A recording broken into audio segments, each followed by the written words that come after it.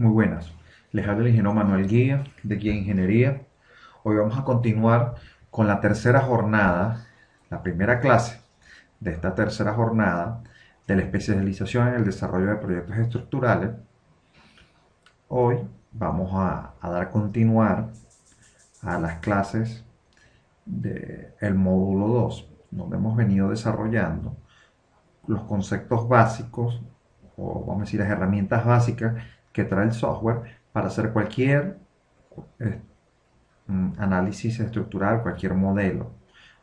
Entonces, fíjense, en la clase anterior nosotros hemos venido siguiendo lo que hemos considerado como el flujo de trabajo que debemos seguir para obtener, o vamos a decir, trabajar de manera más óptima, lo más óptimo posible, la parte de modelado. Estos puntos o estos pasos que yo siempre he tratado de inculcar en todos los cursos, ojo, no son de obligatoriedad, sino que hasta el momento, desde mi punto de vista, ha sido llevar este orden, me ha permitido poder reducir los tiempos de cálculo. En estos momentos no nos vamos dando mucho de cuenta de esta situación, pero cuando ya vayamos viendo la parte avanzada, se van a dar cuenta que el haber hecho o dejado de hacer un determinado paso en algún momento, eso me agiliza o me retrasa el trabajo. Entonces, fíjense, las jornadas anteriores nosotros estudiamos lo que era el sistema de unidades base. Comentamos que el software, para inicializar cualquier modelo, nos pide o nos solicita que le digamos cuál va a ser las unidades con las que va a comenzar el software. Eso es decir, que él le pregunta cuáles serán las unidades que estarán presentes de manera inicial en el software y se mantendrán a lo largo de todo el modelo. Posteriormente, y de manera automática, se genera o se despliega las ventanas que le permitirán generar la grid. Y como siempre hemos dicho, esta grid nos va a permitir dibujar mucho más rápido, de manera eficiente, y además visualizar los diferentes o distintos pórticos que vamos a tener en la estructura. Por eso, mientras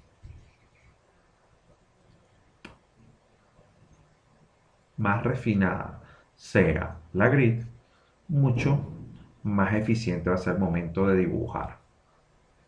Posteriormente pasamos por un proceso de revisión de los sistemas de unidades, donde dijimos que íbamos a disminuir el error humano adaptando las unidades a los modismos que tenemos por costumbre, en los que a veces omitimos los sistemas de unidades para decir determinados valores. Y eso nos conlleva, la gran mayoría de las veces, a errores, a cometer errores dentro del proceso de modelado. Son errores comunes, eso siempre va a suceder, siempre están presentes y son cosas de las que por lo general siempre nos da un error. Ok, posteriormente pasamos a lo que era un proceso de definición, donde vamos a decirle, le decíamos al software qué materiales o qué secciones íbamos a utilizar a lo largo del programa. Por ejemplo, lo primero que definíamos era el material que vamos a utilizar para el proyecto. Decíamos que si era un concreto, nosotros podemos definir las características mecánicas del mismo, generando el módulo de elasticidad, módulo de corte, la resistencia a la compresión, Y de esta manera nosotros podemos ir cargando de datos el software. Él tiene unos por defecto, pero siempre es recomendable que nosotros hagamos nuestros materiales y, como les dije, más adelante se van a dar cuenta porque mi insistencia de que podamos, este, vamos a decir, manipular nuestros materiales para que de esa manera sea más fácil evaluar los datos, los resultados, sobre todo al final en cada cálculo. Entonces, también pasamos por un proceso de definición de secciones. Hablamos de las secciones transversales, que pueden ser lineales o elementos de área, como el caso de los shells. En los primeros nosotros, en la primera nosotros pudimos definir columnas en concreto, viga. ¿Qué otra cosa pudimos definir? Nervios. De las columnas en concreto armado, eh, dijimos que tenemos que tener especial cuidado ya que ellas deben tener agregársele una cuantía de acero para que ella pueda iniciar el cálculo y poder colocar un valor adecuado para su diseño. Eso dijimos que de las secciones transversales, esta es la única a la que tenemos que introducirle un dato previo, como el acero mínimo de la columna. Después pusimos y definimos las vigas en concreto armado y los nervios también de la losa nervada, y dijimos que ahí sí no tenemos que hacer mayor cosa. Posteriormente definimos lo que eran las secciones transversales o elementos de área, lo que son los zetas, por el caso de la losa nervada que consideramos 5 centímetros de losa, podemos conseguir, vamos a decir, considerar losas de mayores espesores, de 15, de 20, 25, de 30 centímetros cuando son macizas. También definimos lo que eran los sofistas metálicos, que no son más que los elementos de los aceros. De todas formas, eso lo vamos a repasar cuando veamos estructuras metálicas. Eso va a ser mucho más rápido cuando ya hagamos esta definición. Después, las losas macizas. También hablamos algo de los muros, pero todo eso va a estar en detalle en los otros módulos que siguen a este curso. Definimos los tipos de carga y creo que eso fue lo último que hicimos. Aquí quedamos. Entonces, nosotros hasta ahora hemos definido que existen dos tipos de carga. Las cargas estáticas, que son aquellas que se colocan de manera instantánea sobre la edificación y, y hace que el efecto sea estático por esa misma condición de instantaneidad de la carga. ¿Qué quiere decir? Que este valor no va a variar con respecto al tiempo. Entonces, como nuestras cargas no varían con respecto al tiempo, nosotros tendríamos solamente tres casos de carga, en este caso carga muerta, carga variable y sobrecarga permanente, las únicas cargas que tendríamos como cargas estáticas. Acá podemos desplegar y allí podemos ver que pudiésemos estar definiendo cargas sísmicas o sísmicas aplicadas al drift, al centro.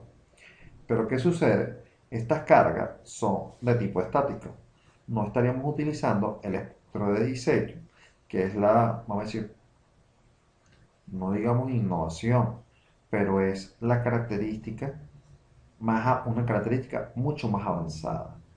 El espectro de diseño sí debe ser un análisis dinámico, porque las aceleraciones van a variar con respecto al tiempo. Entonces, ¿qué tenemos? Tres tipos de casas de carga estática: carga muerta, sobrecarga permanente y carga variable. Las cargas de viento, a pesar de que su naturaleza es dinámica, porque puede variar las presiones con respecto al tiempo que está ocurriendo, no se tienen, por lo menos aquí en Venezuela, mediciones completas que permitan establecer una función dependiendo de la zona, de la altura, toda esa serie de datos. Entonces, esa carga de viento pasa a ser una carga estática que va a ser colocada y distribuida en los distintos elementos estructurales. Entonces, para recalcar, tenemos en los casos de carga, por los momentos tenemos la carga muerta, carga variable y sobrecarga permanente. Ok, ahora, para yo definir los casos de cargas espectrales, lo primero que yo necesito es realizar o generar un archivo o una función de tipo espectral. Les voy a hacer llegar a sus archivos a través de esto. Bueno, parte del material que les voy a enviar va a ser una hoja de Excel que donde está programada el espectro de diseño de la norma COENI. Un momento, mientras lo busco.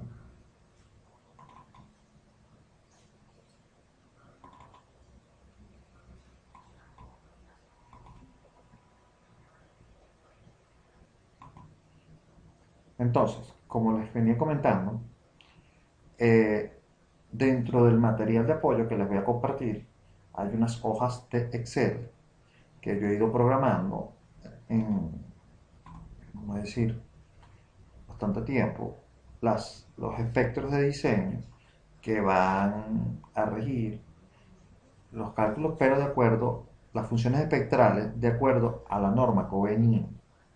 Pero ya, vamos a decir, cada país tiene sus fórmulas que le permiten calcular estas mismas aceleraciones. Así que podemos trabajarlo de dos formas. Una puede ser desde un archivo, o sea, que el software le permite a ustedes importar un archivo en TXT, o sea, en bloc de notas, donde ustedes podrán cargar el archivo de acuerdo a periodos y tiempo o frecuencias y tiempo. Es una opción. La versión 2015 de LTAPS trae e incorpora muchas de las normas en Sudamérica. La generación del espectro ya lo trae incluido en muchas de nuestras normas.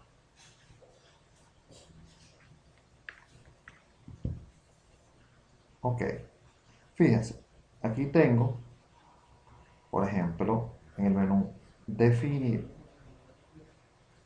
función. Cuando nosotros decimos en el menú definir función, se nos activan dos opciones. Sí, ya trae la covenant. Pero yo les voy a explicar algo. Por ejemplo, en mi caso particular, me gusta usar más el espectro de diseño que calculé yo con mi hoja Covenant. Ya les voy a explicar por qué. Y todo eso, vamos a decir que es como una especie de terquedad, pero no tampoco es que es una cosa que no se pueda. Pero ya está incorporando las normas COENIN, la norma MCR10, ya está la ecuatoriana, la peruana, nicaragüense, no mal recuerdo, creo que la dominicana, Ecuador, Perú, Bolivia no. Sí, pero hay un mercado que ya vamos a ser sinceros que la empresa está buscando mirar hacia acá, hacia América, que es donde realmente estamos utilizando el software. Estos softwares son muy utilizados a nivel mundial, pero de un tiempo para acá, en Europa, vamos a decir que ha habido una competencia mayor con unos software adaptados a los códigos europeos y a los, vamos a decir, a las necesidades de Europa. En cambio, nosotros aquí en América todavía construimos con acero y concreto básicamente, no estamos haciendo estructuras mixtas con maderas y cosas así, que eso es lo que por lo general hace que se utilicen otros software. Ujú. Ok, por ejemplo, vamos a dar inicio acá. Por ejemplo, función, vamos a generar una función de respuesta espectral. Fíjense que allí por defecto el software trae una función cargada, pero acá yo puedo agregar cualquier tipo de función. Por ejemplo, cuando nosotros vemos aquí en Show Functions Type ADD, yo puedo desplegar acá y fíjense que sale una lista de todas las normas o todas, vamos a decir, los códigos de diseño que traen funciones espectrales que podemos tener. Por ejemplo, tenemos unas normas americanas, aquí tenemos la norma chilena con una de sus modificaciones, la norma china, fíjense que aquí tenemos la colombiana, la NSR10. Y por ejemplo, yo sé que aquí tenemos gente de Colombia, el señor Hernán por allí, Juan no se ha conectado todavía. Cuando ustedes activan, por ejemplo, Colombia NSR10, ustedes le dan clic allí y dice una nueva función. Entonces, ¿qué pasa? Se le va a desplegar una ventana donde tendrá que llenar los datos de acuerdo a la norma colombiana. Eso quiere decir que tendremos que tener conocimiento de las tablas, la zona sísmica, las aceleraciones pico, las velocidades pico, que son elementos fundamentales para generar la función espectral color, según la norma NSR10. Esto es una opción nueva. Antes no la traía. Ahora ya tenemos eso incorporado.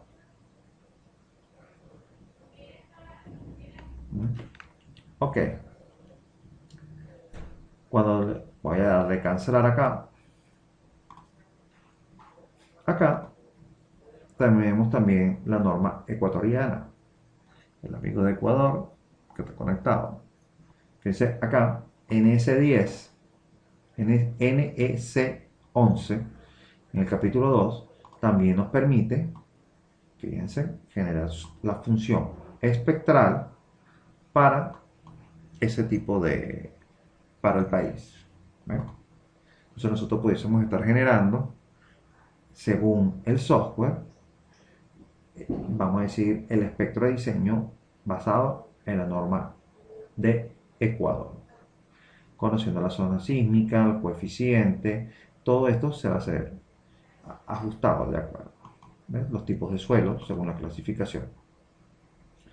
De algo sí quiero que estemos bastante atentos. Fíjense esto, yo les voy a resaltar algo acá. Factor de modificación R. En la norma ecuatoriana aparece un factor de modificación. Ese factor de modificación no solamente aparece en la ecuatoriana. Si yo me voy a la norma, regreso a la norma colombiana por un instante,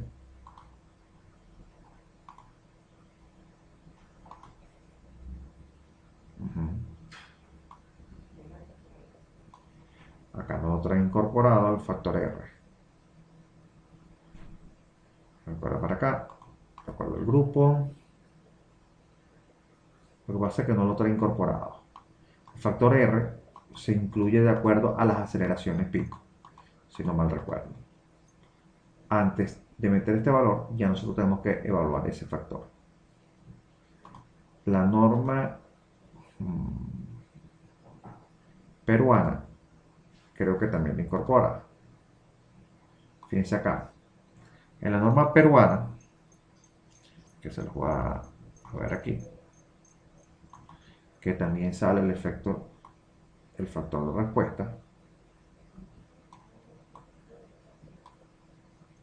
que está acá. Espera que se les resalte allí. Voy a esperar. Entonces, fíjense, si nosotros nos fijamos en la, vamos a decir, esta captura de pantalla que se hizo de la norma Covenin, repito, entonces única y exclusivamente para la norma Covenin. Este espectro que está en la parte superior, esta función que voy a más o menos resaltar aquí con el verde, tiene tres fases. Una fase lineal, que va a tener este valor, después vamos a tener otra fase constante, y después viene una ecuación de segundo grado. Esa ecuación, esa parte superior, es lo que conocemos como un espectro de respuesta elástico, donde R es igual a 1.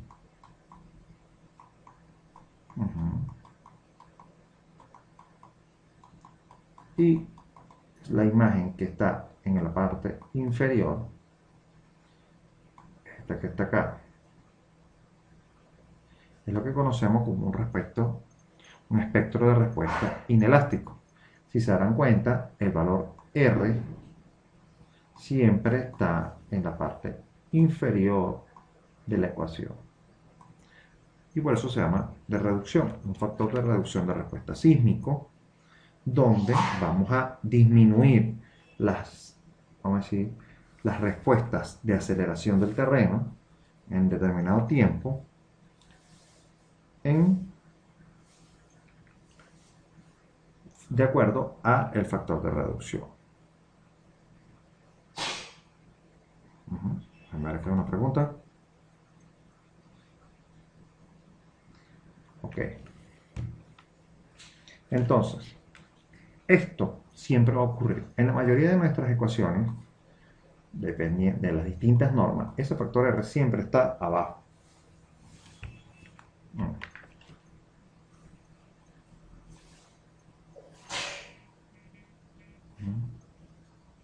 Ok. Además, vamos a volver un momento a las etapas.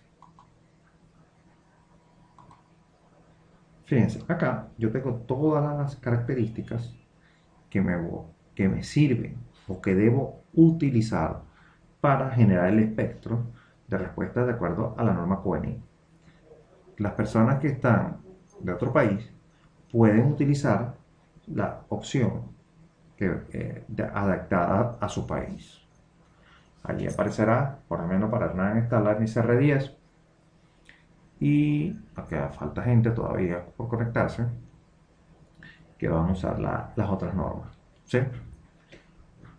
Aquí aparece la norma chilena también. Para allí, no recuerdo si es Omar que está interesado, o Fermín, no recuerdo cuál de los dos que está interesado en la norma chilena. Entonces, fíjense algo. Para la norma venezolana, nosotros tenemos el país dividido en 7 zonas. Desde la zona 1 a la zona 7. Sí, José Gregorio. Ahí tienes la norma. Sí, ya sé quién es Fermín. Para José Gregorio, que está interesado siempre en la norma chilena, allí también tienes, voy a pasar aquí momentáneamente, desplegada las dos normas chilenas. Una, la del 2003, y la otra. Yo creo que ellos dividieron las normas de acuerdo al territorio. Entonces tienen.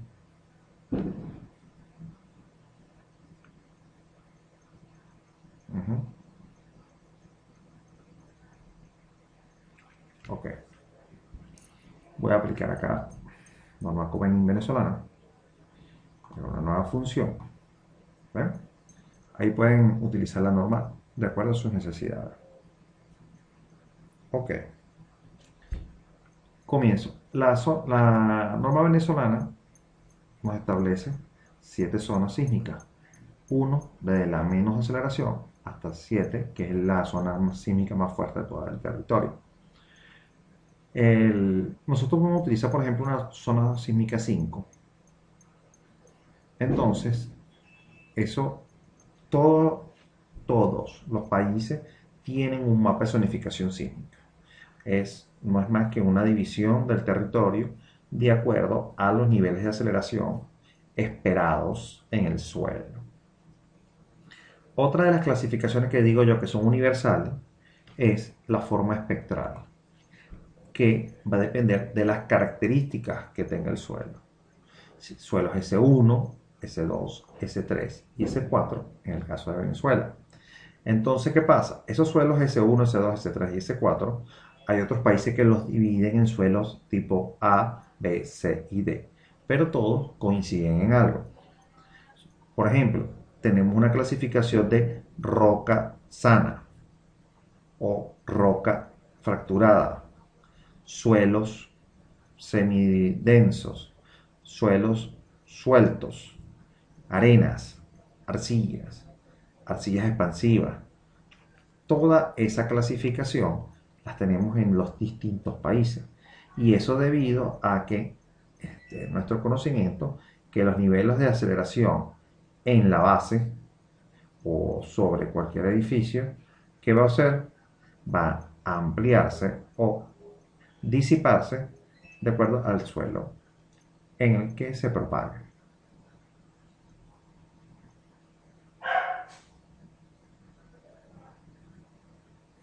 ¿Alguna pregunta?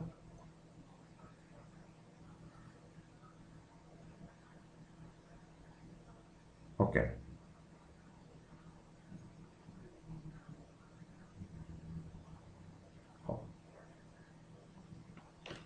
Bueno, entonces vamos a suponer que el suelo acá es un suelo tipo S2, que para nosotros acá en Venezuela puede ser un suelo medianamente denso con presencia de agregados.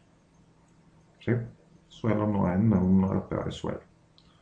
Entonces, después existe un factor de corrección a ese tipo de suelo en base a la zona sísmica que tenemos.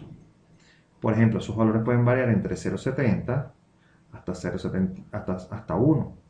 En este caso, ese suelo S2 en zona sísmica 5 pudiese ser un 0,90 o un 0,95. Vamos a suponer que es 95. ¿Sí? Eso es algo, repito, también es universal en todas las normas porque se necesita hacer correcciones de acuerdo al tipo de suelo. Uh-huh. Ok, la otra clasificación que dice clasificación según, de acuerdo al uso, en Venezuela tenemos cuatro clasificaciones, bueno, de las tres formas que tenemos de clasificar una edificación, nosotros podemos clasificar las edificaciones de acuerdo a su uso, a su nivel de diseño y hacia la y utilizando, ¿cómo se diría la palabra? El sistema estructural. Exacto. De acuerdo al uso, el nivel de diseño y al sistema estructural que lo compone. Por ejemplo, el nivel de, según el uso, tenemos una clasificación que va desde el grupo A, siendo en este grupo comprendiendo a todas las edificaciones importantes, aquellas edificaciones que no pueden fallar bajo ninguna circunstancia, ni bajo ningún evento.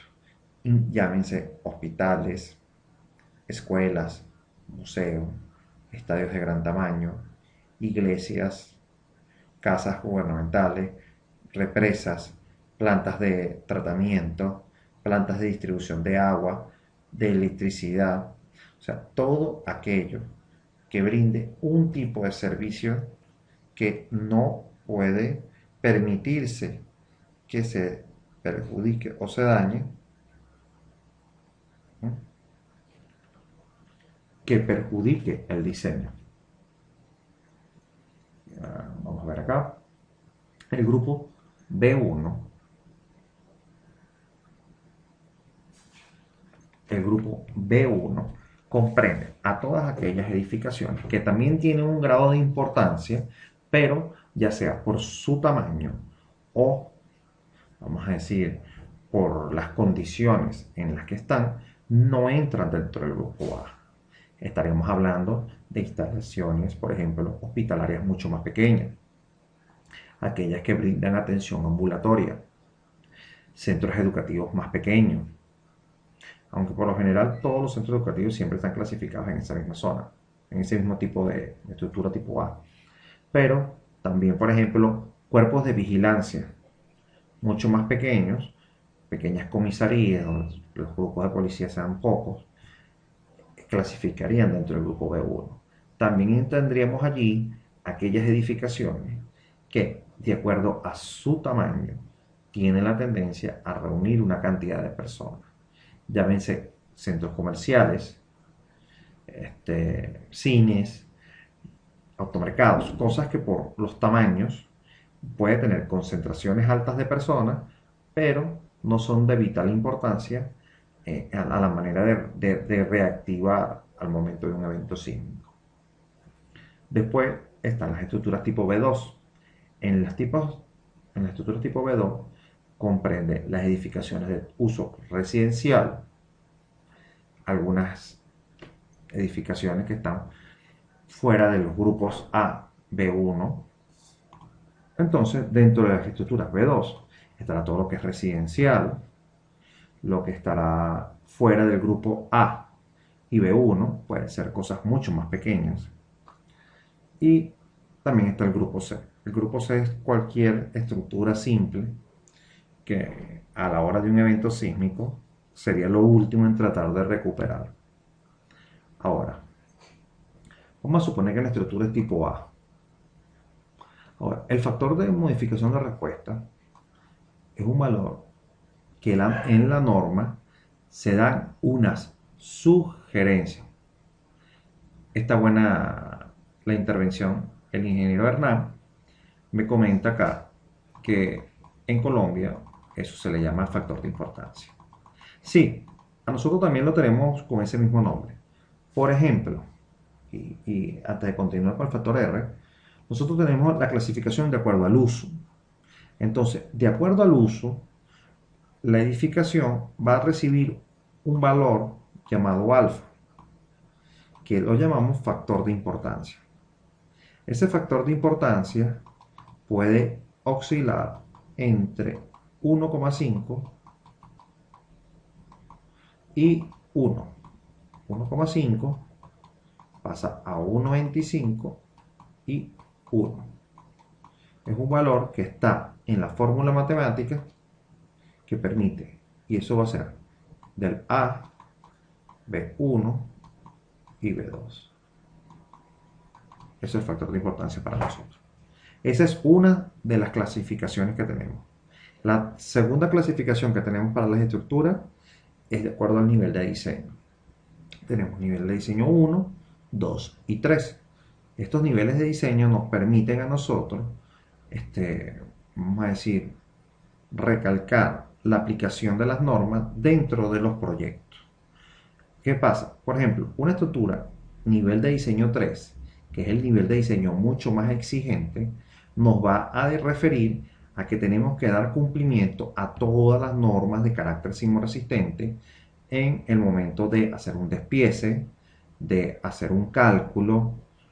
Por ejemplo, en el caso de los despieces, nos obliga a cumplir con todas las longitudes de solape, empalme, de doble, de gancho, la calidad de los materiales, todo el cumplimiento de las normas para garantizar que el material cumpla con las condiciones y la colocación y los trabajos en sitio cumplan con las máximas clasificaciones.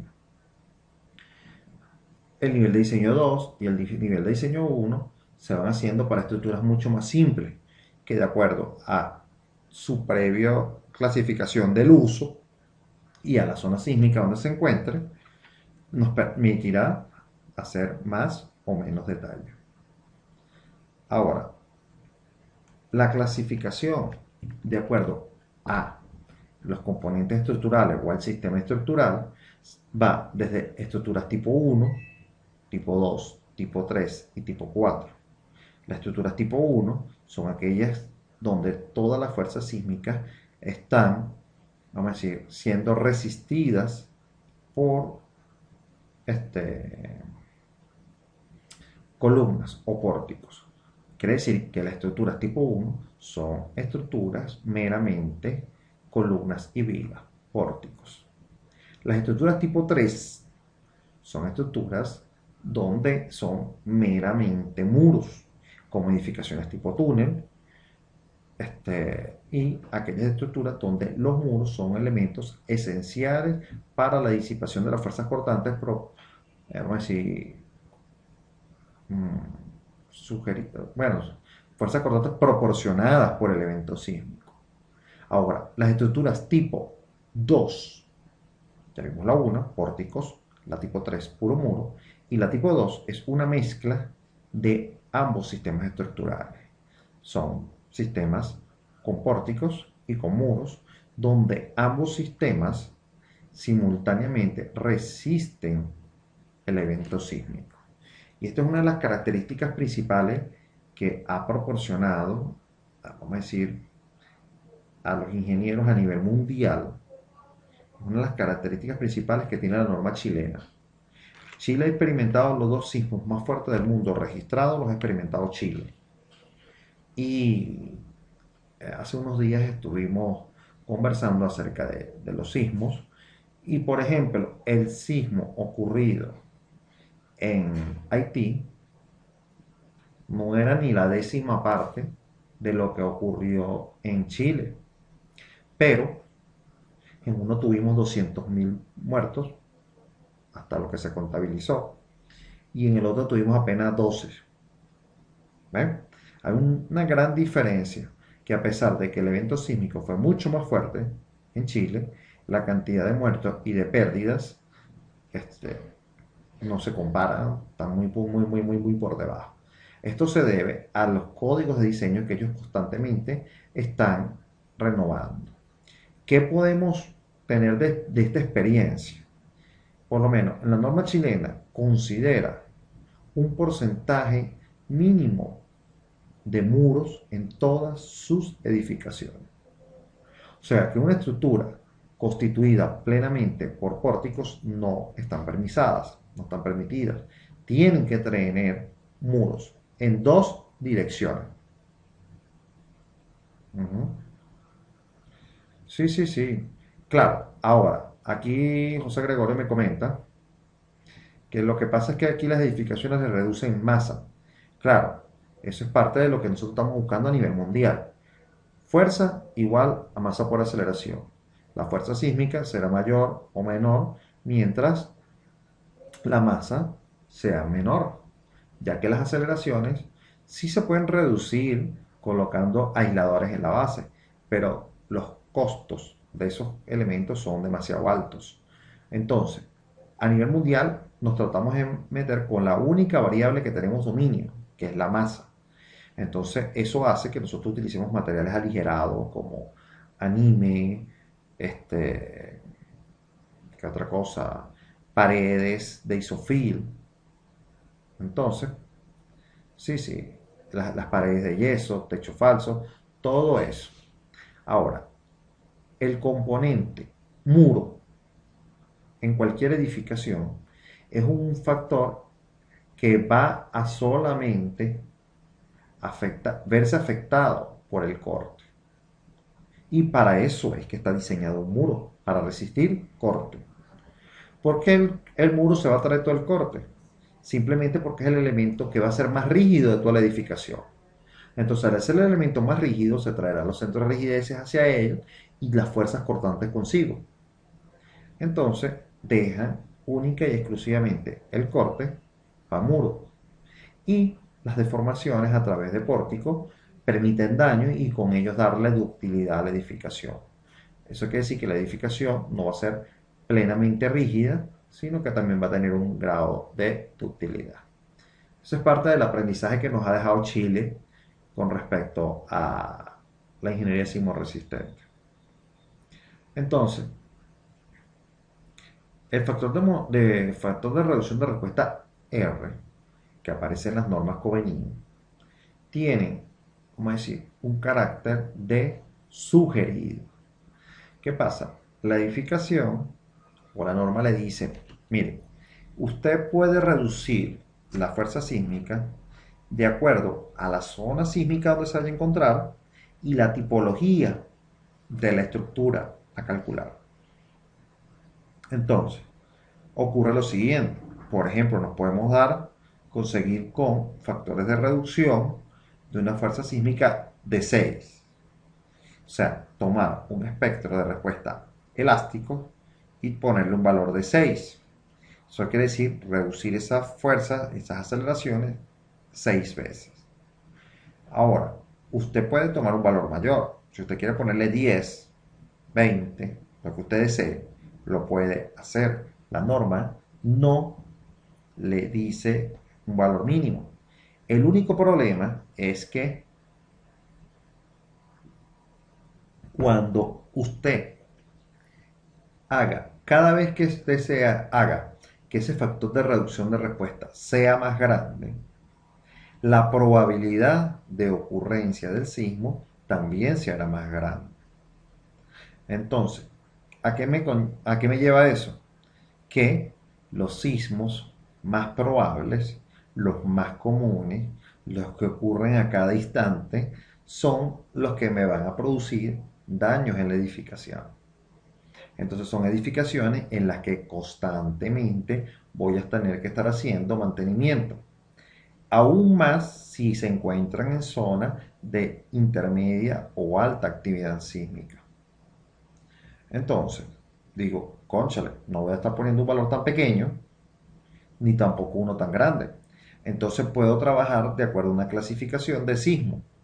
Puedo trabajar sismos ocasionales, esporádicos, sismos raros o sismos muy raros. Y eso va a depender de acuerdo al periodo de retorno o la probabilidad de excedencia que tengan ellos de ocurrir dentro de un plazo de tiempo. Eso se llama periodos de retorno. Entonces podemos trabajar estructuras importantes dentro, que estén clasificadas dentro del grupo A, con un factor de reducción de respuesta que pudiese ser un poco más elevado, o sea, menos elevado. Pudiésemos estar utilizando un valor de 3 o de 4. Yo por mi caso particular siempre utilizo 4 para este tipo de estructura porque evidentemente yo tengo que darle ductilidad. La ductilidad se la doy haciendo que el espectro sea inelástico, dándole un valor distinto a 1 al R. Pero tampoco agarro un valor tan grande. ¿Por qué? Porque entonces esa estructura va a ser la ruina de cualquier persona. Constantemente van a estar reparando paredes, constantemente se van a estar haciendo restitución de recubrimientos de elementos estructurales, etcétera, etcétera, etcétera. Y eso no es que implique que la estructura se les vaya a caer, sino que el daño va a estar presente constantemente en todas y cada una de las acciones sísmicas que van a estar en la zona. ¿Alguna pregunta?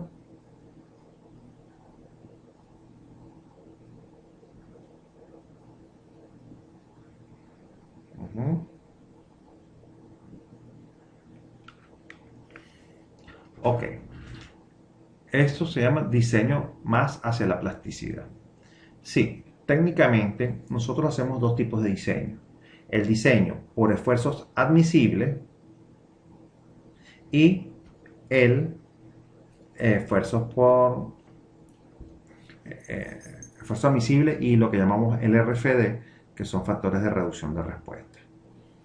Y bueno, se reducen las acciones, pero se minoran las resistencias. Se aumentan las acciones con factores de mayoración y se reducen vamos a decir, las resistencias de la edificación y de los materiales. Pero déjenme que les voy a mostrar algo que tengo aquí a la mano. Fíjense en esta tabla que les estoy mostrando. Los nuevos criterios de diseño están enfocados al daño. Entonces, los nuevos criterios de diseño están enfocados al desempeño de las edificaciones. ¿Qué quiere decir eso? Que vamos a evaluar la edificación o vamos a diseñar. Hablamos de evaluar, hablamos de estructuras existentes y diseñar cosas nuevas, pero vamos a hacer tanto el análisis, evaluación y el diseño de acuerdo al daño que podemos permitirle a la edificación. Dependiendo del daño que queramos proporcionar a la edificación, vamos a escoger un determinado sismo. Estos sismos, por ejemplo, el comité de la visión 2000, que son, vamos a decir, vamos a decir, es un código, una especie de códigos o recomendaciones que se proporcionan para el diseño por desempeño. Ellos sugieren una clasificación de 4 tipos de sismos. No hablamos de magnitud, no hablamos de intensidad, no hablamos de nada de eso. Hablamos de la probabilidad de excedencia de estos sismos. Por ejemplo, hablamos de un sismo frecuente, aquel que tiene un intervalo de recurrencia de 43 años, pero que tenga una probabilidad de excedencia del 50% en 30 años. O sea, que este sismo puede estar ocurriendo a cada momento, a cada momento. Son los sismos pequeños, que de acuerdo a la zona sísmica donde estemos ubicados, pueden ocurrir. Por ejemplo, el caso de la ciudad de Mérida, que es donde estoy yo viviendo actualmente, ha estado experimentando en las últimas semanas una serie de eventos sísmicos. Pero una serie que, si les soy muy sincero, bueno, yo no los he sentido, no he sentido ni el primero, pero ha alarmado mucho a la población. La ciudad de Mérida, aquí en Venezuela, se encuentra en una zona sísmica 5 de las 7 que tiene el país.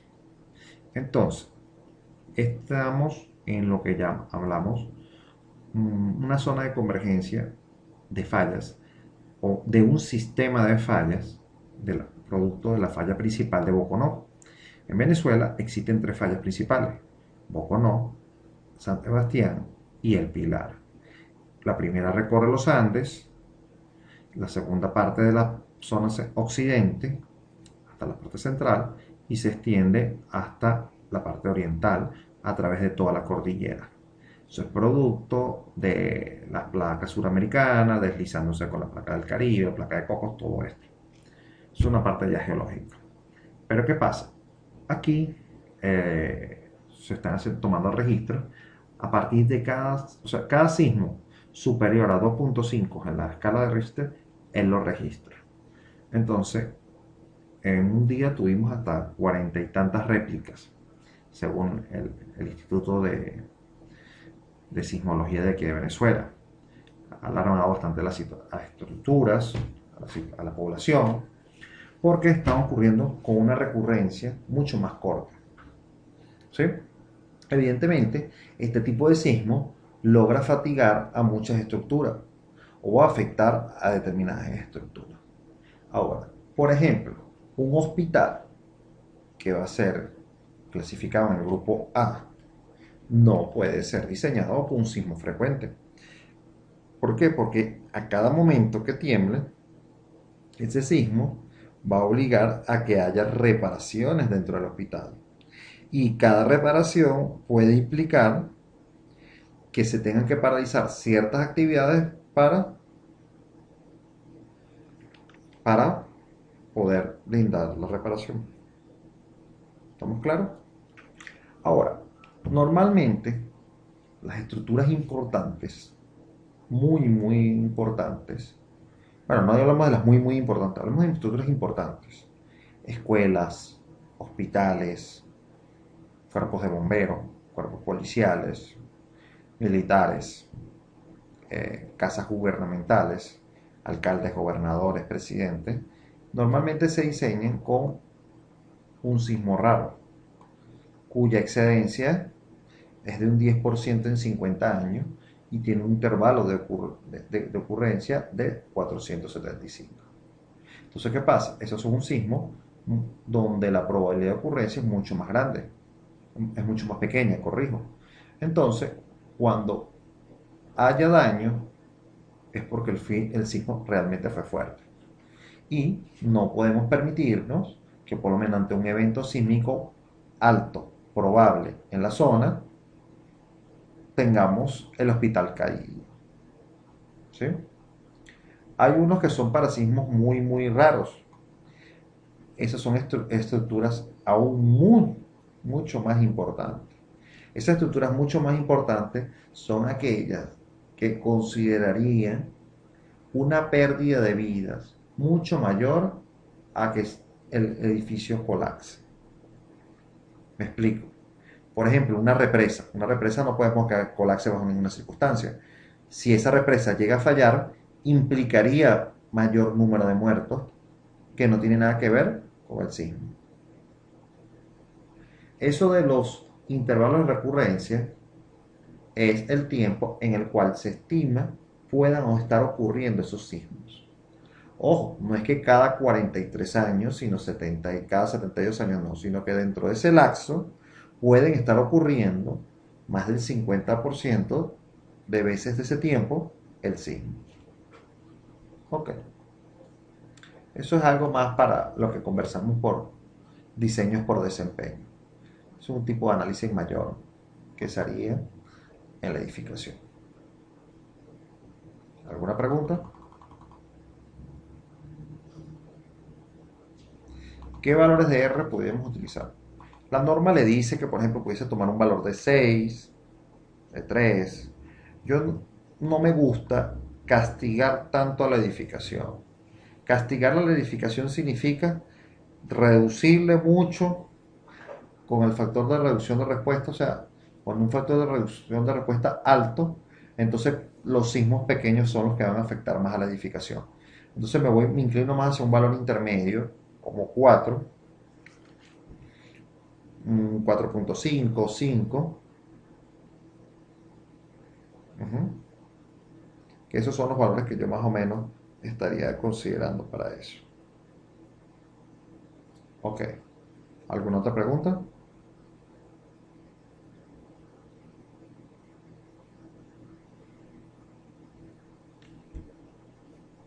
¿No? ¿Todo perfecto?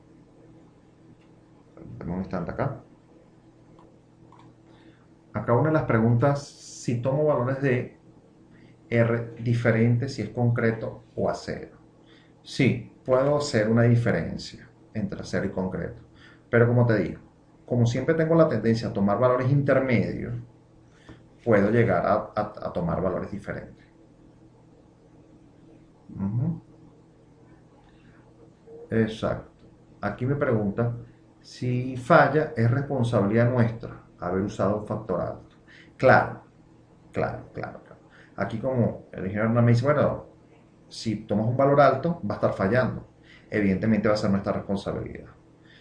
La norma le puede decir a usted que considere un valor de 6. Entonces yo digo, un valor de 6, voy a estar castigando mucho, voy a tomar un valor de 4. ¿Qué voy a obtener con un valor de 4? Simplemente diseñar la estructura para un sismo mucho más elevado y aquel donde los sismos pequeños no le van a hacer mucho caso. Entonces, el factor de reducción de respuesta, si uno sabe exactamente qué es lo que está haciendo, el concepto está bastante claro, nosotros podemos tomar un valor intermedio, como yo. Yo normalmente tomo el valor de 4. 4.4, 4.5, 5, o sea, puede ser hasta números con decimales.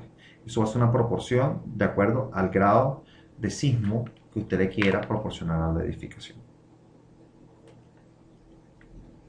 Ok, en este caso les recomiendo y tengan un especial cuidado. Miren estos valores que yo tengo acá. 0.37, 0.05. Las opciones del gráfico siempre van a ser lineales en X y lineales en Y. Este gráfico que ustedes tienen en pantalla es lo que conocemos como el espectro inelástico. Y díganle posteriormente presionar el botón donde dice convertir a usuario. Eso va a hacer que la ventana varíe.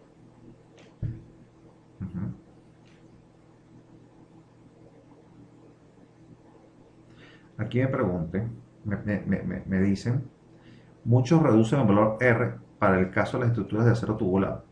Es decir, lo único. Todas las edificaciones se les debe reducir el factor de reducción. A todas. ¿Por qué? Porque eso no es algo propio de que es de concreto, de acero. No, es algo propio de la configuración, la tipología y la zona sísmica de la edificación y el uso que le va a dar. Si usted está trabajando con estructuras metálicas, por lo general estas van a ser mucho más flexibles. Es su comportamiento natural. Van a tener mayores flechas, van a tener mayores deformaciones, y si tenemos mayores deformaciones y flechas, vamos a tener más daño en la edificación. Entonces, vamos a decir, por lo especial, vamos a decir, lo especial de la vulnerabilidad especial que tiene este tipo de edificaciones ante las deformaciones, no considere un sismo pequeño. No lo considere. Utiliza entonces factores de reducción bajos, de 3, de 2, cosas así. Pudiese hasta usar un factor de reducción de respuesta elástico, donde R igual a 1, pero sí, eso sí sería exagerar.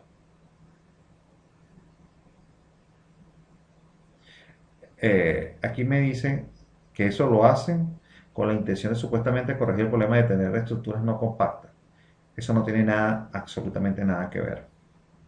No tiene absolutamente nada que ver. Las estructuras tubulares que no son compactas, solamente lo que la hace no compacta es la relación de espesores.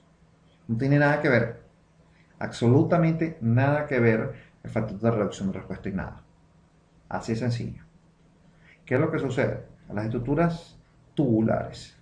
Y si ustedes leen los manuales de la parte tubular, de los fabricantes, creo que les recomendé uno, el de diseño de estructuras de acero con perfiles tubulares que la empresa Unicon sacó. Ellos siempre proporcionan recomendaciones del uso que se le debe dar a sus perfiles, especialmente para columnas y vigas, pero vigas compuestas conocidas como cerchas. Cuando en esos casos es muy bueno utilizarlo, pero cuando estamos usando plenamente como viga, siempre requiere espesores mayores. Entonces eso no tiene nada que ver. El factor de reducción no va a tener ni va a colaborar en darle capacidad al perfil. La empresa es Unicom. Eso es lo mismo que conocen como Conduven, que son perfilería tubular. Eso todas las estructuras tubulares tienen ese problema, que es la capacidad de ser secciones no compactas.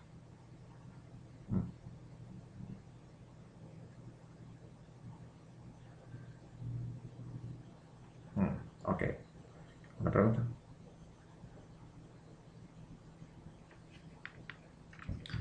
Ok.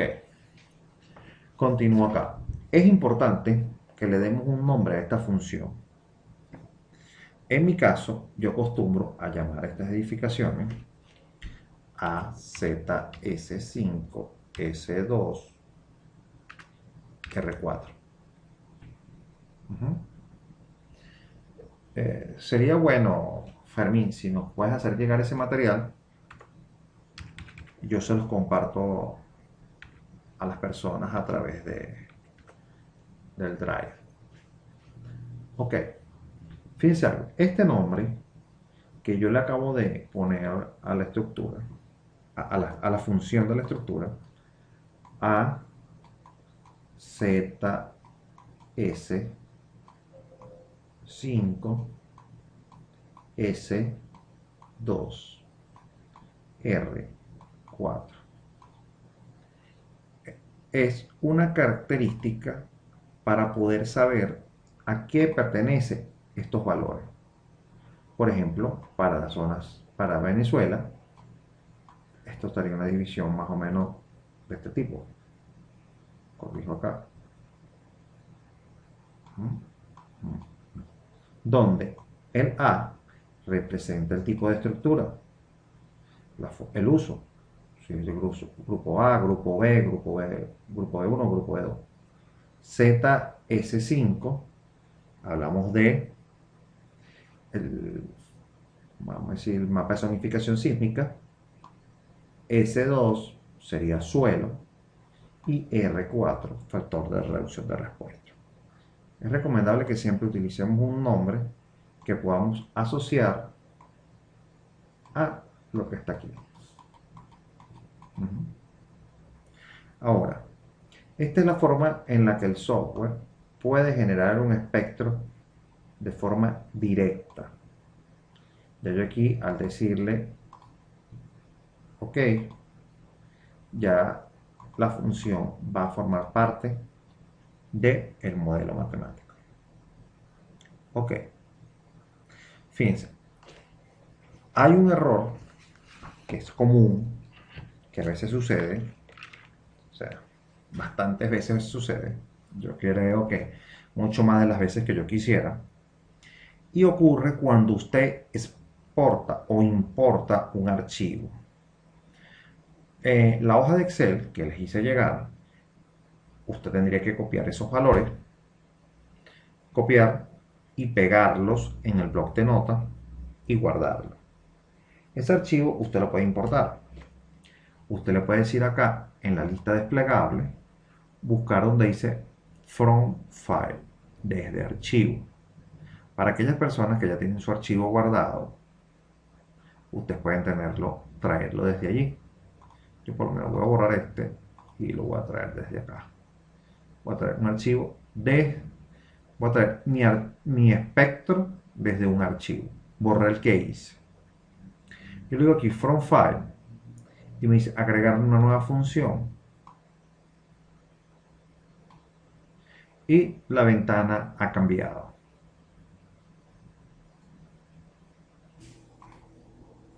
Después que yo dije un nuevo From File, vamos a generar una función espectral desde un archivo, abro el espectro de respuesta, me dice busca el archivo que quiera.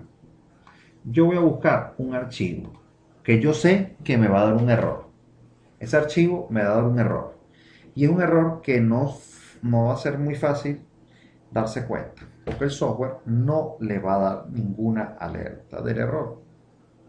Fíjense que yo estoy cogiendo el archivo B1, ZS5, S2, R4.5 de mi base de datos. A mano derecha puedo leer los valores de 0 y 0242. Eso está ahí al lado.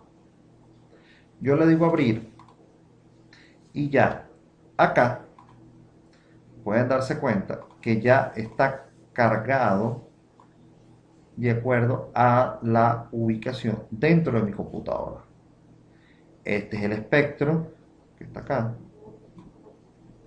Si tiene cosas escritas dentro del archivo, por ejemplo algún tipo de texto, alguna cosa, usted puede saltarse esas líneas. ¿Eso por qué? Porque si usted tiene el archivo, usted pudo escribir algo previo, este sismo, una característica, y los números empezarían a partir de una columna y otra. Entonces te cuenta el número de fila 1, 2 y 3, y a partir de la cuarta columna comienzan los números, los datos. Entonces usted dice sáltate 3. Pero yo nunca le pongo líneas, por eso siempre le dejo este número en 0. Ahora, lo importante de esto es que se entienda una cosa. Uno, si usted le dice OK, acá, el software lo va a cargar aquí. Usted le va a decir OK de nuevo. Entonces, ¿qué va a pasar? Calcula la edificación, saca sus datos correctamente. Si usted necesita llevarse este archivo a otra computadora, cuando lo abra en la otra computadora, le va a pedir esta ubicación y va a tener que volver a meterse en el software para decir dónde está el archivo del espectro. ¿Ven? Eso es una cosa en contra. Eso se puede evitar. ¿Cómo? Decirle convertir a usuario. Convertir users defined. Definir estos valores. ¿Para qué? Para que este archivo que yo acabo de generar, que acabo de cargarle, forme parte del archivo de etapas y ese archivo se lo lleve consigo cada vez que yo cambie de máquina. Entonces, perfectamente, lo voy a llegar, le digo convertir a usuario. Ahora, después que convierto yo eso a usuario, tengo que prestar bastante atención y especial atención a los valores que aparecen aquí y a los valores que aparecen acá. ¿Sí? Esos valores están muy mal. Muy mal. ¿Por qué? Porque tan sencillo. El archivo que yo cargué, que viene en bloc de notas, trae los valores, por ejemplo, 0,01. Depende, 0,0242.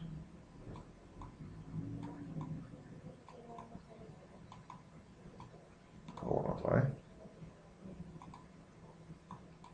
El archivo trae primer valor, primera fila, 0,242. Después viene 0,05, 0,216. Esto es lo que está dentro de mi archivo. Pero ¿qué es lo que sucede? La coma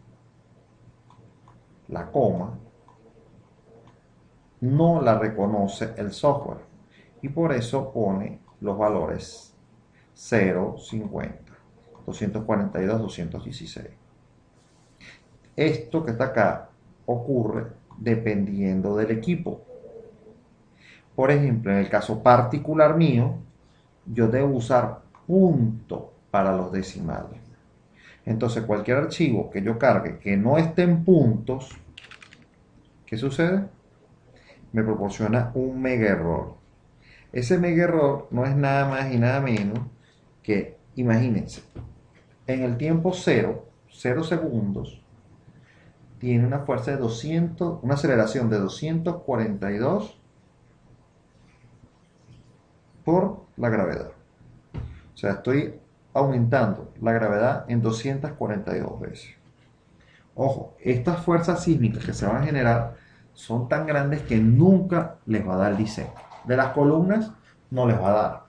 O les va a dar cosas tan raras como que una edificación de 2 pisos les va a solicitar columnas de sección de 1 metro por 1 metro. Y mucho acero. Eso es lo que ocurre normalmente. Eso es un error que es producto de la coma o el punto. Puede ser el caso inverso. Va a depender del equipo. Entonces, les recomiendo, cada vez que se importe el archivo, presten bastante atención después que lo conviertan. Fíjense la diferencia. Estos números valores siempre van a ser menores que 1. Y el tiempo, yo no lo puedo estar evaluando cada 50 segundos, sino cada 0,05 segundos. Yo voy a agregar una nueva función. Voy a buscar el archivo. Grupo AZS5. Le digo abrir. Convertir a usuario. Y allí van a notar la diferencia.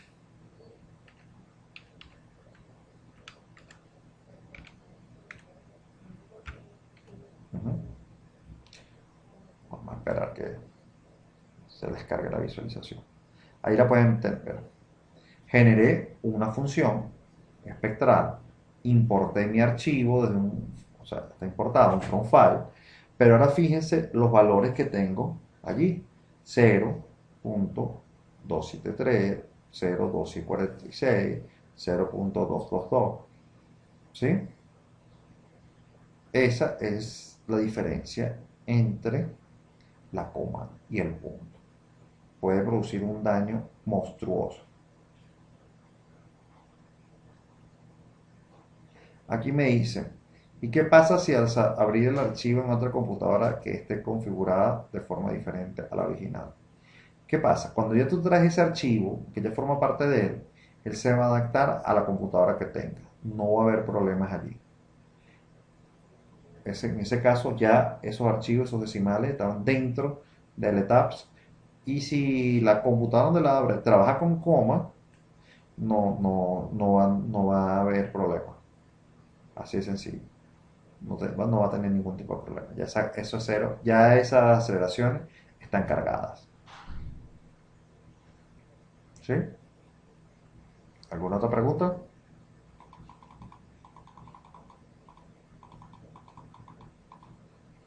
Ok. Acá le diría yo, ok, fíjense, ya generé la función espectral. La función. Ojo, hasta ahora ese no es el sismo. Esas son las aceleraciones por la gravedad.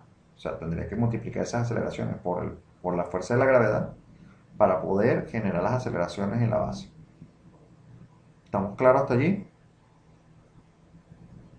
¿Cuántas funciones espectrales puedo tener? Todas las que desee. El software me permite generar distintos y muchos espectros de diseño.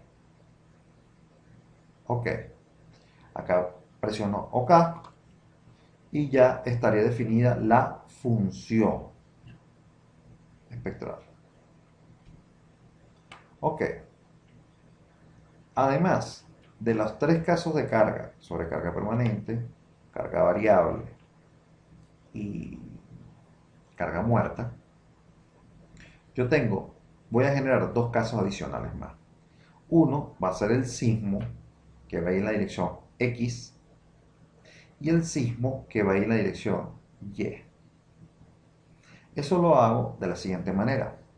Voy a definir un load case, un caso de carga. Cuando digo load case, eso está en el menú definir, en la parte inferior.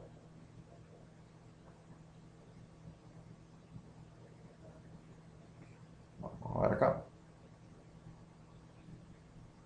Presionar load case y cambia la ventana. Se despliega la ventana de los casos de carga.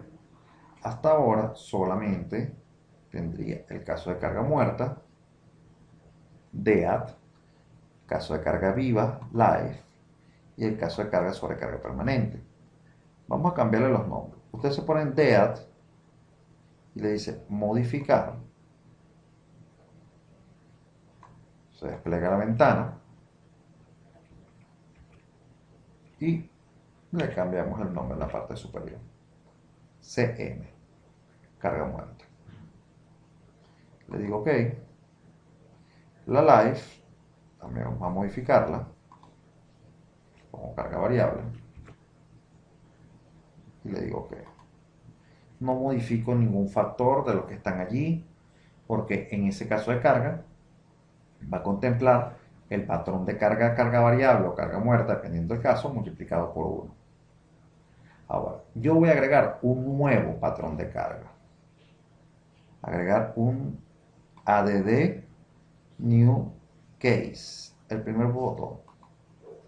Al presionarlo, se me va a desplegar una ventana.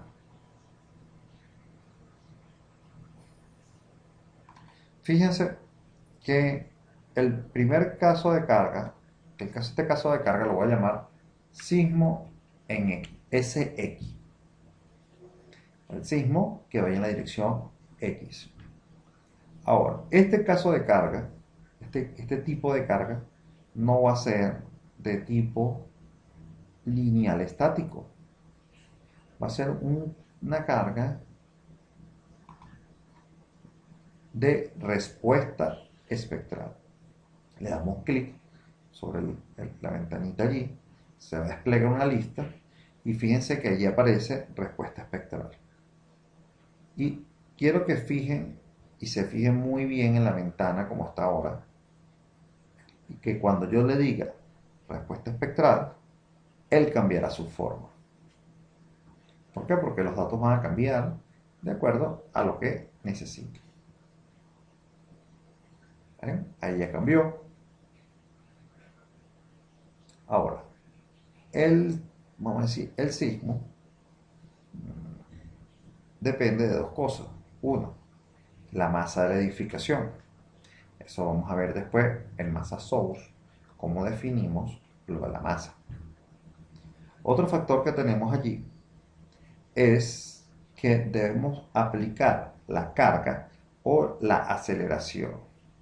En este caso, como una respuesta espectral, donde dice ADD, que presiono aquí, y se me va a desplegar una ventana donde yo voy a poder alterar qué es la fuerza o la aceleración en este caso que me va a regir al sismo en X. En este caso, no sé si lo hemos comentado anteriormente, la estructura tiene los ejes locales y tiene también los ejes generales. Los ejes generales son estos que tienen en la parte inferior, donde X, Y y Z rigen a toda la estructura. Ahora, esos X, Y, Z tienen unos factores U1, U2 y U3. Cada vez que hablemos de direcciones o desplazamiento, nos vamos a enfocar en las U, donde U1 va a ser aproximadamente desplazamiento o deformación en la dirección X, el 2 Y y el 3 Z. O sea que para llevar a algo a la dirección X, tendremos que llevarlo en la dirección Y.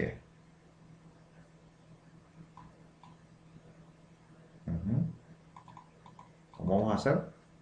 Si es X, ¿sería en qué dirección? Sigma en X. ¿Qué debería poner yo acá? Por favor. U1. U1. Exacto. Todos están respondiendo correctamente. La dirección U1 está asociada a la dirección X. Cuando coloquen R, le aparezcan cosas como R, también va a aparecer un R1, R2 y R3. Voy a tratar de hacer aquí el dibujo más grande, similar al que tenemos allí.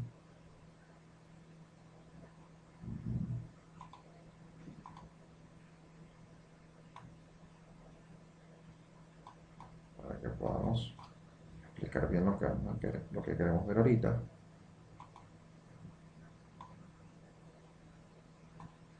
Ok. Entonces,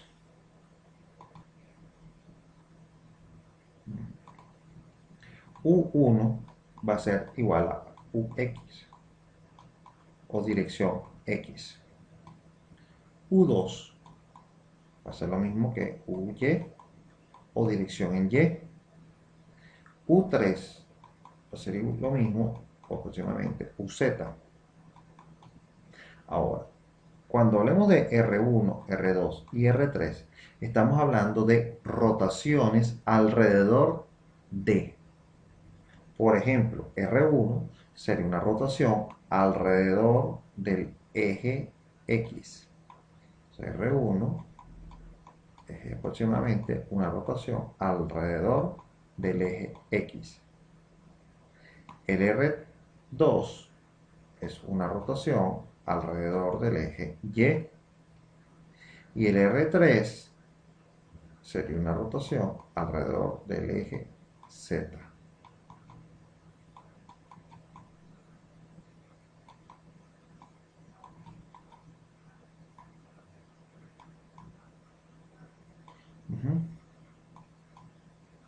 ¿Alguna pregunta? Entonces fíjense que si yo quiero llevar el sismo hacia la dirección X, debo colocar 1. Aceleraciones, sí, de la dirección 1. ¿Y qué función vamos a agregar? Aquí desplegaremos y vean que está la función que acabo de agregar. Me aparece una sola. ¿Por qué? Porque por el momento tengo un solo elemento sísmico.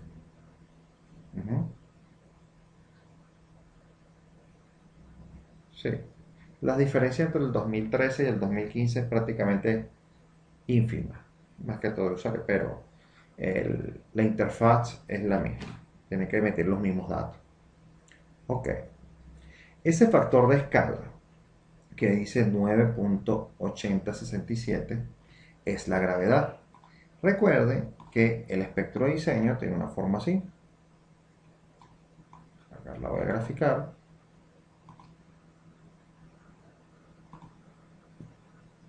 Como es inelástico, debe ser de esta manera. Aquí tiene t en segundo y aquí tiene aceleraciones por la gravedad. Esa gravedad que está allí es la que yo tengo que multiplicar acá. ¿Ven? Y de esa manera voy a obtener realmente las fuerzas, las aceleraciones en la base.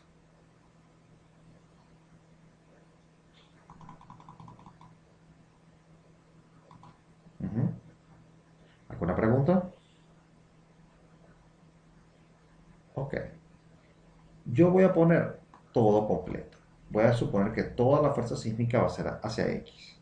A pesar de que la norma y las normas sismorresistentes nos hablan de que estos vectores de dirección de fuerzas de aceleraciones tienen que ser en dos direcciones.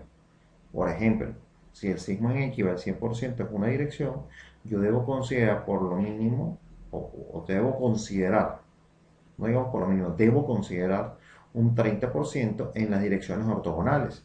En este caso sería un sismo en Y y un sismo en Z. El sismo en Z lo vamos a considerar única y exclusivamente cuando las estructuras sean de mucha importancia y donde conozcamos y tengamos evidencia de que la zona sísmica, la zona donde se va a hacer la estructura, tiene alta posibilidad de componentes verticales sísmicas. Entonces, nos deja nada más con el plano XY. Entonces, en este primer caso, vamos a generar un sismo en X completamente en la dirección 100% en X. Después haremos lo correspondiente al sismo en Y. Y esta ortogonalidad, vamos a decir, cumplir esta condición de 100% en uno y 30 en el otro, lo vamos a dejar limitado para las combinaciones de carga. Así que eso lo vamos a incluir allí. Entonces, por los momentos, voy a borrar todo esto. Y entonces, sismo en X, aceleraciones en la dirección U1, la función que yo acabo de agregar, y el valor de 9,867 que sería la gravedad, y lo voy a dejar así.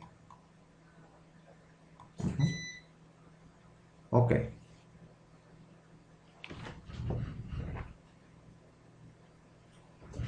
¿Todo bien? Ok. Ahora, esta parte inferior, que son otros parámetros. Esos parámetros los pueden dejar así por defecto.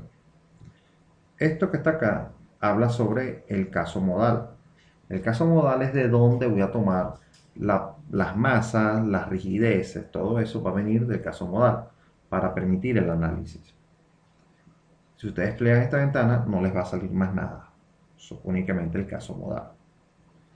En la combinación o el método de combinación, ahí tienen unas opciones, que es el CQC, que es la combinación de la suma de los cuadrados, la combinación cuadrática, corrijo, la SRSS, que es la combinación de la raíz de los cuadrados, el método absoluto, el GMS, el RC10, que es un porcentaje, y la doble sumatoria. Esto es el método de cálculo para estimar el valor del vector dirección. En este caso, este vector dirección tiene una sola dirección, una sola componente. Así que el vector no va a ser calculado técnicamente porque le va a dar el mismo valor. Por eso, si usted toma el CQC o el CRS, es indiferente. Ahora, la combinación direccional ocurre lo mismo. Cualquier método que considere le va a dar la misma dirección, porque este no tiene vector director. Ahí yo pudiese incluir más aceleración, pero después va a ser más engorroso para que obtenga los resultados que quiero. Después tenemos unas propiedades que son de excentricidades o de amortiguamiento. No me meto con eso, lo puedo dejar así. En definitiva cuenta, ya de esa manera debo haber definido toda la estructura. Todo el signo que voy a meter en la dirección X. Voy a hacer el signo en la dirección Y. Lo hago de la misma manera. Agregar un nuevo caso. En este caso será un signo en Y. Ese signo en Y va a tener una respuesta espectral. Despliego respuesta espectral. Y después le voy a decir agregar una carga aplicada. Y lo único que tengo que cambiar es que ya no sería U1. ¿Qué valor tendría que ir aquí? Si no es U1, ¿cuál valor tendría que ir? De acuerdo a la elección. Ok. Coincidimos que debería ser U2. Recuerden que el 2 va a estar referido a la dirección Y. ¿Qué función? Doy clic y busco el espectro de diseño que generé. Y acá le daría OK. De esa manera, yo debo haber definido todos los casos de carga. Fíjense, caso de carga muerta, carga variable, sobrecarga permanente, sismo en X espectral, sismo en Y espectral. Los tres primeros corresponden a análisis estático y los 12 últimos corresponden a lo que sería un análisis inelástico, porque tengo un factor de reducción de respuesta sísmica, y además sería dinámico. Ahora, cabe destacar, lo que voy a comentarles ahorita es algo que voy a volver a repetir, que es que todos los valores de deformación obtenidos a partir de un espectro inelástico deben ser corregidos y llevados al rango elástico para que lo pueda comparar con la norma. ¿Qué quiero decir yo con esto? Por ejemplo, yo utilizo este sigma en X y evalúo este pórtico.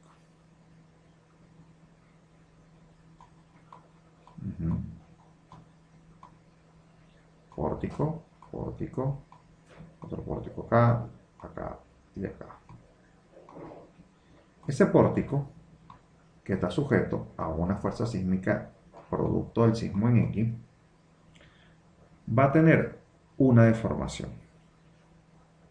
Esa deformación, que después vamos a ver algo sobre los diafragmas rígidos, va a ser esta que está acá y esta que está acá. Supone que quedó derecho. Ok.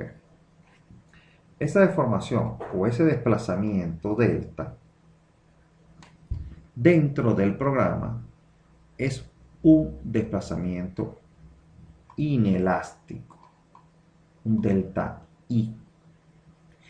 Este delta I no lo puedo comparar con los valores límites que tengo en la norma Covenant. ni las otras normas. Siempre todos estos valores de deformación en las normas es un valor elástico, de tipo elástico. Entonces, de aquí, para yo poder determinar cuál es el desplazamiento real de la edificación, debo obtener que el desplazamiento elástico va a ser igual a un factor que siempre va a ser 0,8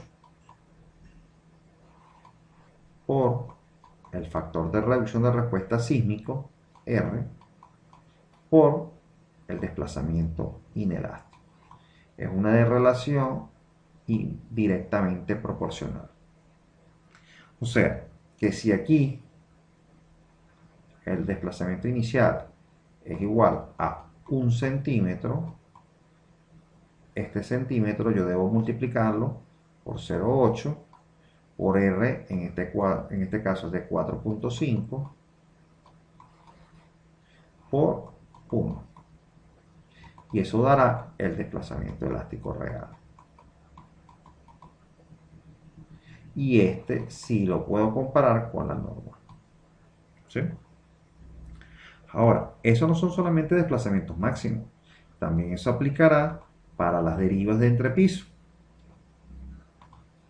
Las derivas de entrepiso, recuerden que son las relaciones que hay entre los desplazamientos horizontales de cada nivel, este con este, que sería la diferencia entre este punto y este punto, y la altura de entrepiso, que sería no más que la diferencia entre este punto y este punto. Eso es lo que nosotros conocemos como deriva de entrepiso. Las derivas, también en este caso, serán inelásticas y no las podré comparar con los valores de 0,012 ni 0,018. Estos valores, que son valores normativos o derivas máximas, no los puedo comparar. Para que los pueda comparar y decir si la estructura tiene la deriva normalizada o no la tiene, debo multiplicar esta misma deriva inelástica por 0,8, otra vez, por R, por la deriva inelástica. Deriva elástica va a ser igual 0,8 por R por la deriva inelástica. Ojo, siempre que vaya a evaluar cualquier tipo de desplazamiento dentro del software y haya utilizado espectros inelásticos, debo corregir esa unidad, esa magnitud. ¿Estamos claros todos hasta allí? ¿Todo perfecto? Ok.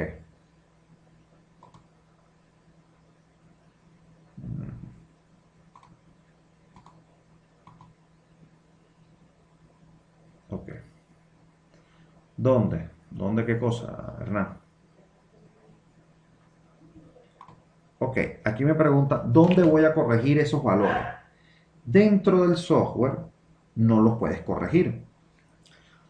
¿Por qué? Porque no hay forma de multiplicar esos coeficientes. Ahora, ¿dónde voy a corregir yo eso? Bueno, en las memorias de cálculo, donde yo vaya a exportar los valores obtenidos del software, yo puedo agarrar las derivas, exportarlas a Excel, allí haría yo una columna y decir, esta es la deriva inelástica, esto debe ser una deriva corregida y ahí programo directamente. Ajá, tal cual como recomienda el ingeniero Fermín, una hojita de Excel, directamente por ahí. Evidentemente, esta hoja de Excel, y eso es algo que vamos a ver cuando estemos haciendo memorias de cálculo, acuérdense que esto es parte del material que vamos a dar, esa hoja de Excel debe tener, por ejemplo, en el caso de derivas, las derivas, debe especificar el nivel Recuerden, si es planta baja, nivel 1, nivel 2, nivel 3, nivel 7, el que sea, por ejemplo, nivel más 12 metros, por ejemplo, debemos incluir deriva inelástica. Rácata. Eso va a tener un valor acá. Después vamos a tener deriva elástica. Rácata.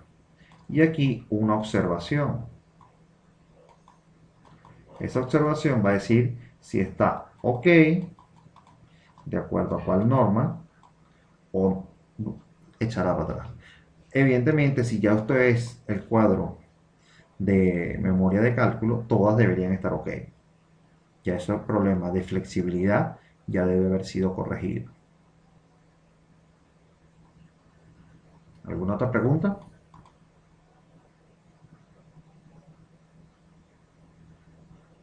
Ok.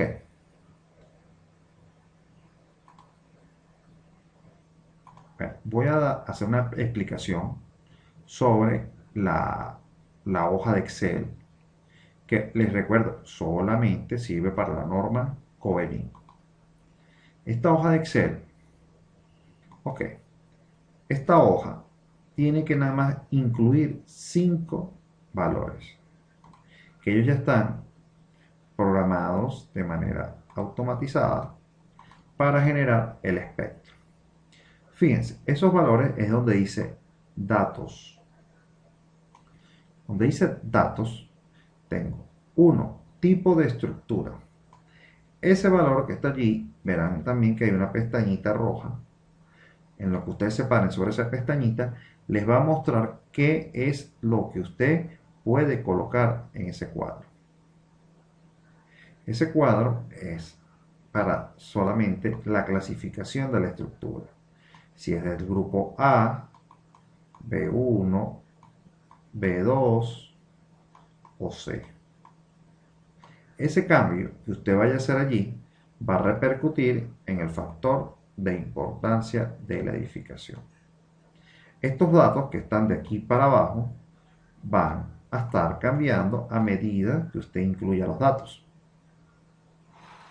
Posteriormente tiene la zona sísmica. Recuerden que cuando nosotros vamos a hacer proyectos sabemos dónde va a ser. Entonces usted se buscará el capítulo 4 de la norma 1756, donde aparecen los cuadros por municipio del país.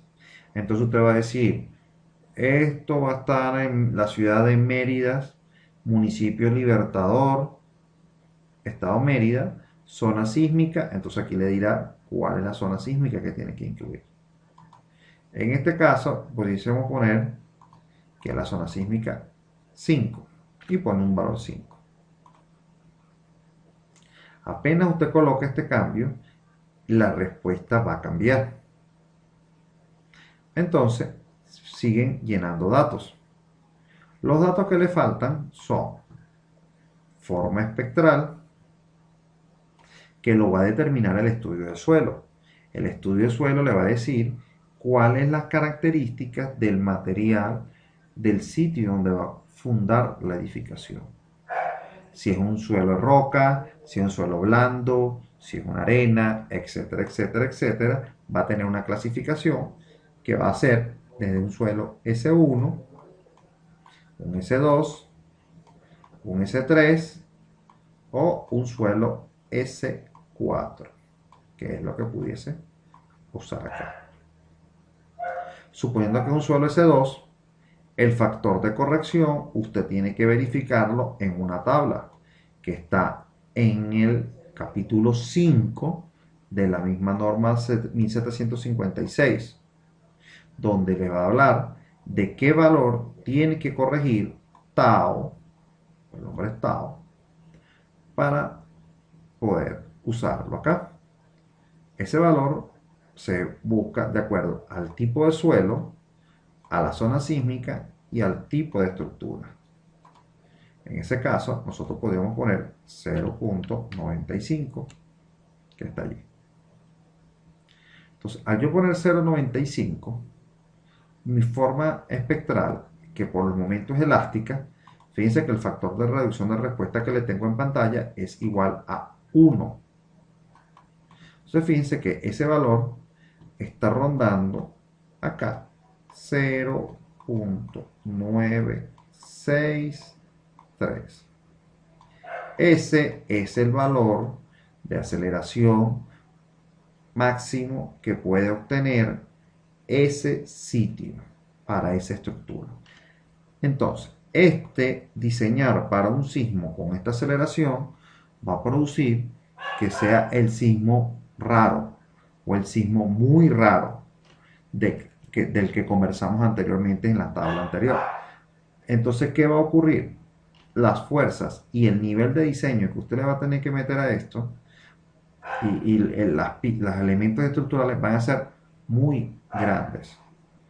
Entonces la estructura, en vez de ser liviana, va a ser bastante pesada. En estos casos es cuando usted llega y empieza a aplicar el factor de reducción de respuesta. Fíjense que tenemos 0.963. Vamos a poner un factor de reducción de respuesta de 4.5. Y fíjense cómo el valor cambia. De 0.963, que era el que tenía, vamos a ver acá, de 0.963 cae a 0.371. ¿Qué estoy haciendo? Generando una respuesta sísmica mucho más probable para que en esta estructura haya daño. Cuando hay daño, hay disipación de energía, pero también estoy utilizando la parte inelástica de los materiales que van a componer los elementos estructurales de la edificación. Con esto estoy asegurando que el elemento a fallar a la hora de un sismo no va a ser el concreto, sino va a ser el acero. El acero debería fluir primero que el concreto debido a que este va a tener mayor resistencia. Como este va a tener mayor resistencia, las fuerzas se van a mover hacia el elemento de mayor resistencia y cuando ocurre el colapso, ya va a ser en el estado último, donde ya el acero no tiene capacidad de resistir y el concreto comienza a trabajar. Entonces, no sé si quedó aclarada la duda. Todos los demás valores que están aquí se van a generar en base a lo que usted coloque en las 5 primeras ventanas. Tal cual. Acá, donde dice periodo y dice A sub D, tendrá que copiar los números que copio en el archivo de la nota, comienzan aquí y siguen bajando. Así completaría lo que es el espectro de diseño elástico, inelástico. ¿Todo claro? ¿Alguna pregunta sobre esto?